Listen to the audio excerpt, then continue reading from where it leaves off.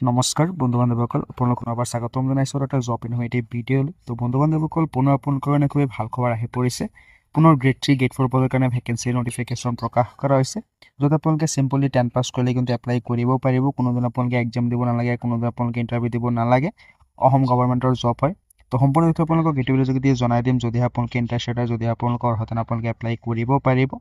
গতিকে আপোনালোকে ভিডিঅ'টো প্ৰথমৰ পৰা শেষলৈকে চাই থাকিব, অলপ স্কিপ নকৰাকৈ। যদি চেনেলটো নতুন আছে তেনেহ'লে ছাবস্ক্ৰাইব কৰি ৰাখিব এনে ধৰণৰ জব ইনফৰ্মেটিভ ভিডিঅ'বিলাক পাবলৈ। আৰু যদি আপোনালোকে এতিয়াও হোৱাটছআপ গ্ৰুপত জইন হোৱা নাই, জইন হৈ ল'ব পাৰে। তাতো আপোনালোকৰ কাৰণে জব ৰিলেটেড ৰেগুলাৰ আপডেটবিলাক দিয়া হয়। তো নতুন আজিকালি ভেকেঞ্চি নটিফিকেশ্যন প্ৰকাশ কৰা হৈছে গ্ৰেড 3 আৰু গ্ৰেড 4 পদৰ কাৰণে। ভেকেঞ্চিবিলাক আহিছে আপোনালোকৰ দৰং আৰু গোলাঘাট ডিষ্ট্ৰিক্টৰ তৰফৰ পৰা। দৰং CDC আৰু গোলাঘাট সদৰ চাব ডিষ্ট্ৰিক্টৰ তৰফৰ পৰা ভেকেঞ্চি নটিফিকেশ্যনখিনি প্ৰকাশ কৰা হৈছে। ভেকেঞ্চিবিলাক হৈছে আপোনালোকৰ গাঁও প্ৰধান অৰ্থাৎ গাঁওবুঢ়া পদৰ ভেকেঞ্চি হয়। টোটেল 28টা পদৰ কাৰণে ভেকেঞ্চি নটিফিকেশ্যন প্ৰকাশ কৰিছে, য'ত আপোনালোকে চিম্পলি 10 পাছ কৰিলে এপ্লাই কৰিব পাৰিব। আপোনালোকৰ এজ লিমিটটো চাব, মিনিমাম এজ লিমিট দিয়া হৈছে 25 বছৰ। 25 বছৰৰ তলত হ'ব নোৱাৰিব। 25 বছৰ বয়সৰ পৰা 65 বছৰ বয়সৰ সকলো প্ৰাৰ্থী কিন্তু ভেকেঞ্চিৰ কাৰণে এলিজিবল হয়। কোনো ধৰণৰ এপ্লিকেশ্যন ফিজ আপোনালোকে দিব নালাগে, সম্পূৰ্ণ বিনামূলীয়াভাৱে আপোনালোকে আবেদন কৰিব পাৰিব। ইতিমধ্যে আবেদন প্ৰক্ৰিয়া আৰম্ভ হৈ গৈছে। এপ্লাই কৰাৰ অন্তিম তাৰিখ আপোনালোকে চাব পাৰে 9 জুলাই। তো যদি আপোনালোকে ইণ্টাৰেষ্টেড আপোনালোকে এপ্লাই কৰিব পাৰিব। গতিকে আপোনালোকে ভিডিঅ'টো প্ৰথমৰ পৰা শেষলৈকে চাই থাকিব, অলপ স্কিপ নকৰাকৈ।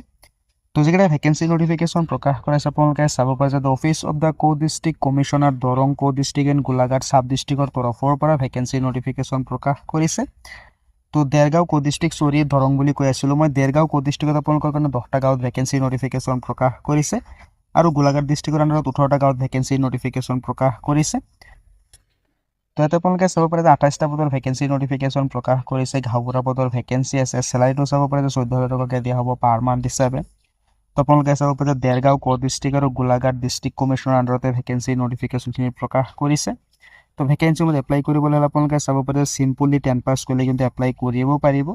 ইয়াতে আপোনালোকে দেৰগাঁও কো ডিষ্ট্ৰিক্টৰ আণ্ডাৰত যিকেইটা ভেকেঞ্চি নটিফিকেশ্যন প্ৰকাশ কৰিছে, আপোনালোকে ৰেভিনিউ চাৰ্কুল অফিচ অনুযায়ী মৌজা অনুযায়ী কোনটো গাঁৱত ভেকেঞ্চি আছে আপোনালোকে ইয়াতে চাব পাৰে যে কোনটো গাঁৱত ভেকেঞ্চি নটিফিকেশ্যন প্ৰকাশ কৰিছে।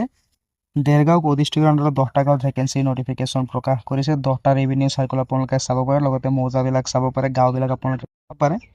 ইয়াৰ উপৰিও গোলাঘাট সদৰ চাব ডিষ্ট্ৰিক্টৰ আণ্ডাৰত আপোনালোকে চাব পাৰে যে 18টা গাঁৱত ভেকেঞ্চি নটিফিকেশ্যন প্ৰকাশ কৰিছে।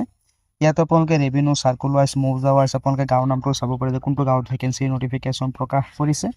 তো আপোনালোকে যিটো গাঁৱৰ হয়, যিটো মৌজাৰ আপোনালোকে হয়, তাৰ পৰা আপোনালোকে এপ্লাই কৰি ল'ব, য'ৰ পৰা আপোনালোকে এলিজিবল হয়।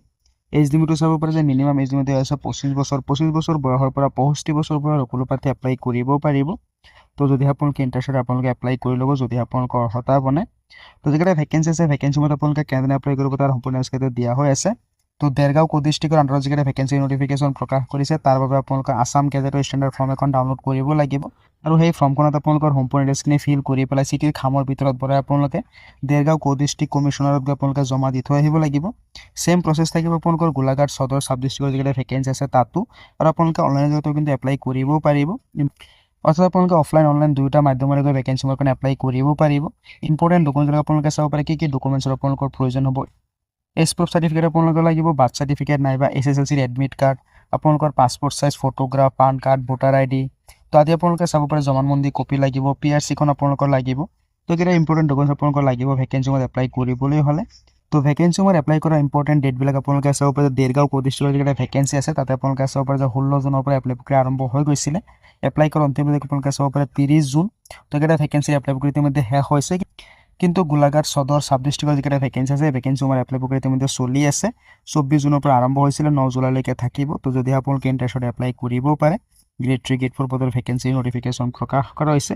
আৰু যদিহে ভেকেঞ্চি আপোনালোকৰ অফিচিয়েল নটিফিকেশ্যন লাগে আপোনালোকে মোক হোৱাটছআপত মেছেজ দি দিব, মই আপোনালোকক নটিফিকেশ্যনটো দি দিম।